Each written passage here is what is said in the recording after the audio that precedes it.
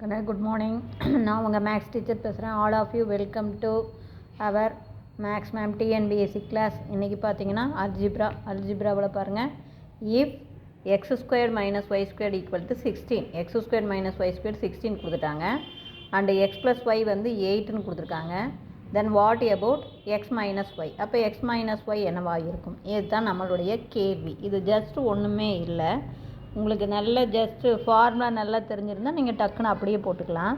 இங்கே பாருங்கள், இதனுடைய formula X square minus Y square equal to, இதை பார் மைனஸ் இருந்தால் இதை பிரித்து எழுதலாம். ஒன்று ப்ளஸில் எக்ஸ் ப்ளஸ் ஒய் ஒரு ஃபேக்டர், இன்னொன்று எக்ஸ் மைனஸ் ஒய் ஒரு ஃபேக்டர். கண்ணு பாரு, X square minus Y square அப்படிங்கும்போது இதனுடைய ஃபேக்டர் ஒன்று எக்ஸ் ப்ளஸ் ஒய், இன்னொன்று எக்ஸ் மைனஸ் ஒய். இதை பெருக்கி பாருங்கள், இது கண்டிப்பாக வரும்.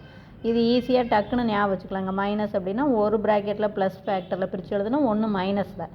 இப்போ இது பாருங்கள், நமக்கு எவ்வளோ கொடுத்துருக்காங்க? இது 16 equal to X plus Y. இது வந்து நமக்கு ஃபுல்லாக எக்ஸ் ப்ளஸ் ஒய் என்னென்னு கொடுத்துருக்காங்க? 8 into X minus Y. So 1 8 2 8 16. அப்போ நமக்கு எக்ஸ் மைனஸ் ஒய்யுடைய ஆன்சர் 2. இவ்வளவு தான். ஜஸ்ட்டு புரியுதுங்களா? டக்குன்னு உங்களுக்கு ஃபார்முலா தெரிஞ்சாவே 8ஐயும் 16ஐயும் அடித்து போட்டு 2ன்னு போட்டுக்கலாம். புரிஞ்சுங்களா? Wish you all the best. Thank you.